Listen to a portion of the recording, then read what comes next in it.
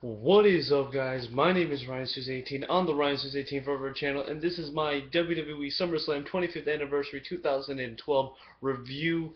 Let's get it started. We have Vicky Guerrero coming out, saying excuse me. But first, to start off, WWE Summerslam was a great pay-per-view. I give it a 9 out of 10. Actually, no, better yet, a 10 out of 10. I loved it from start to finish.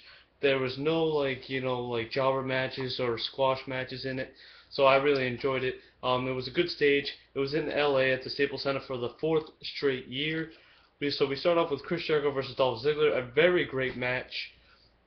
Um, to start off the show, Jericho would win with the Walls of Jericho, and he would be your victor. I forgot to mention about the pre-show. Antonio Cesaro would defeat Santino Marella with this finishing move, and would be pronounced your new United States champion. So congratulations to Antonio Cesaro. I see a lot of big things for this kid in the near future. So then we cut to is a Brock Lesnar promo, and pretty much he says that this is not a fight that you can win, and if you're not down with that, then we got two words for you: tap out. So then we cut to is a match between Daniel Bryan versus Kane. Very good match. Kane pretty much dominated throughout the whole match. Daniel Bryan with some vicious no kicks, if you want to call it that. Um, Pretty much knocking out Kane right across the head with a no kick, pretty much knocking him unconscious. Kane would hit Daniel Bryan with a choke slam, then would try to do the tombstone, would be reversed, goes into a roll up, Daniel Bryan does, and would be your victor. Kane's boot was untied, actually his right boot was untied, and Daniel Bryan would win with the roll up once again. Kane is furious, he goes backstage saying, "Where's Daniel Bryan, where's Daniel Bryan?" And pretty much throws Josh Matthews up and over the the carts in the back.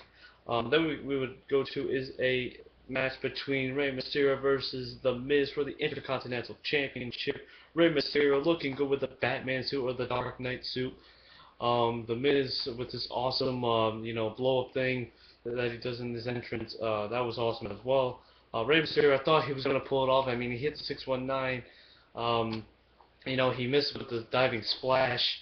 Um, the Miz would try to hit with the skull crushing finale. Barry would reverse it into a roll up 1-2. Not over yet. The Miz would hit with the skull crushing finale once again and would win and retain the Intercontinental Championship.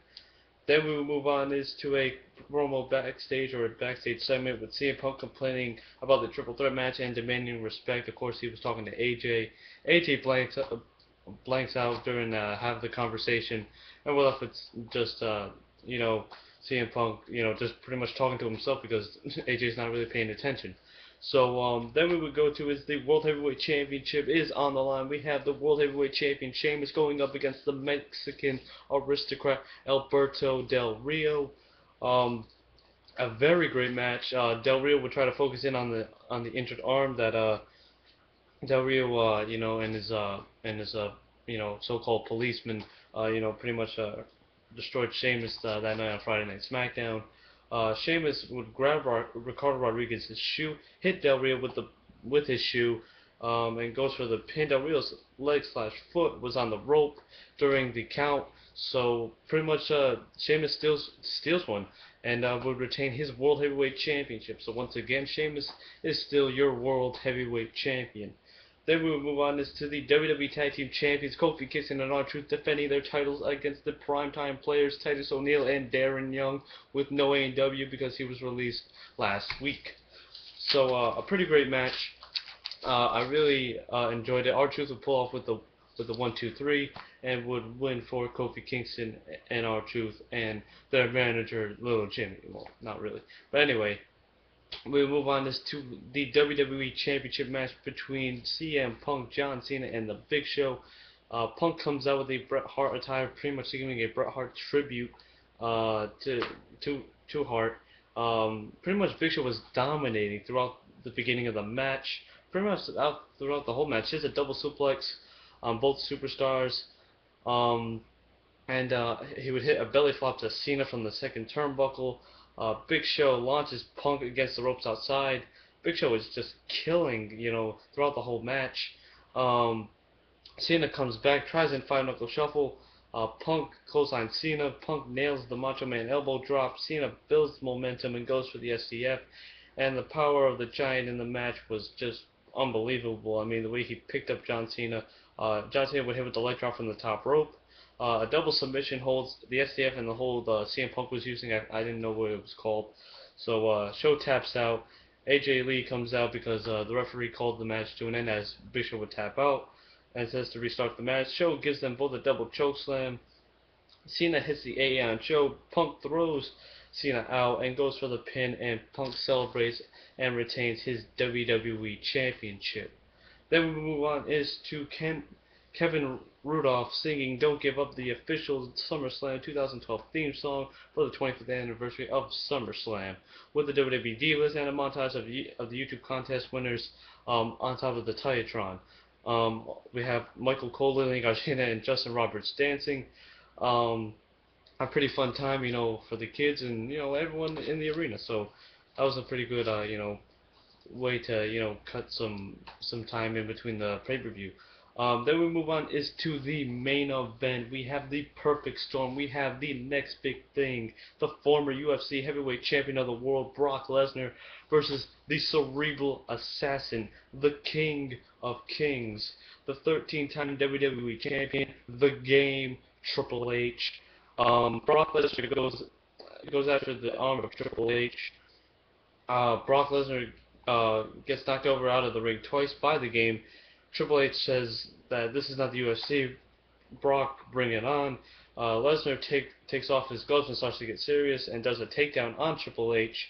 And by the way, if you guys are wondering why I keep looking down, I also have my notebook, so that's why I'm looking down.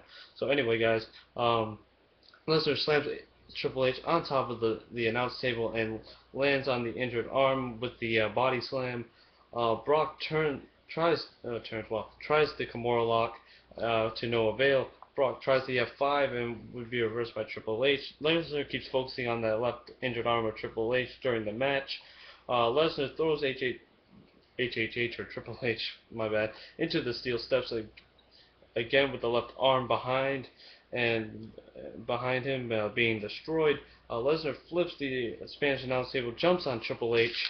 I know this is a pretty long match, but I enjoyed it. I mean, I had to give this match a 10 out of 10. It was a great match. Triple H suplexes Lesnar. Lesnar reverses a pedigree and is thrown up and over the turnbuckle to the outside floor. Lesnar complains about his stomach after landing on the side of the announce table. Lesnar keeps holding his stomach. Lesnar has had pretty much multiple surgeries on his stomach over the years and would keep holding his stomach during the match. HHH or Triple H hits the spine buster. Lesnar reverses another pedigree, tries the F5, but it's reversed into a pedigree. Lesnar kicks out at the count of 2. An F5 to Triple H. The Game kicks out. Heyman says, "What does it take to finish him?" Lesnar hits the Kimura on HHH or Triple H. I don't know why I keep saying HHH because that's the way I wrote it down. So my bad, guys. Anyway, Triple H gets to the ropes. Another pedigree and is countered into another Kimura lock. Triple H taps out because it's a pretty devastating move, and pretty much Lesnar breaks Triple H's arm, so Triple H taps out. But before that, he was starting to punch Lesnar in the stomach to see if he could get out of the move, but sadly he couldn't. Lesnar and Heyman walk out as the victors, so Brock Lesnar wins the Perfect Storm match between, of course, Triple H and himself. Triple H refuses help from the EMTs, and we have Triple H chants going out throughout the Staples Center. Some "You tapped out" chants go around the Staples Center. HHH or Triple H, I should say. I don't know why I keep saying that, but Triple H says, "I'm sorry, guys," and a round of applause for Triple H as he goes up the entrance ramp. Says, "I'm sorry" to a kid in the audience. And is this pretty much the end of Triple H? I mean, he could retire, but then again, he can't because he signed a 3 to 4 year contract to wrestle. So is this the end of Triple H? Will we see a rematch between Lesnar and Triple H? What were your thoughts on SummerSlam, on the 25th anniversary of SummerSlam? Some great matches. There were no squash matches like Ryback matches or Brodus Clay matches or Damien Sandow. So it was a perfect way to do this match card. The way that they cut promos and the way that they did backstage segments, Kane going on a rampage really helped out the pay-per-view become what it is. I mean, I give it a 10 out of 10. I mean, it was good. I couldn't have any complaints. I mean, all the matches were good. There was not really a bad match. I mean, tag team matches aren't really exciting, unless you have high flyers like Kofi Kingston and R-Truth. But you know what? It was a pretty good match as well. So what are your thoughts once again on the 25th anniversary of SummerSlam? This has been my review. Once again, Triple H taps out to Brock Lesnar. I'm wearing my MMA hat. This has been Ryan Tuesday 18. Leave your comments down below. Don't forget to like this video. Again, comment and subscribe. This has been Ryan Tuesday 18, and Ryan Tuesday 18 is out. I'll be back with another video for Monday Night Raw. This has been Ryan Tuesday 18, and Ryan Tuesday 18 is out. Peace.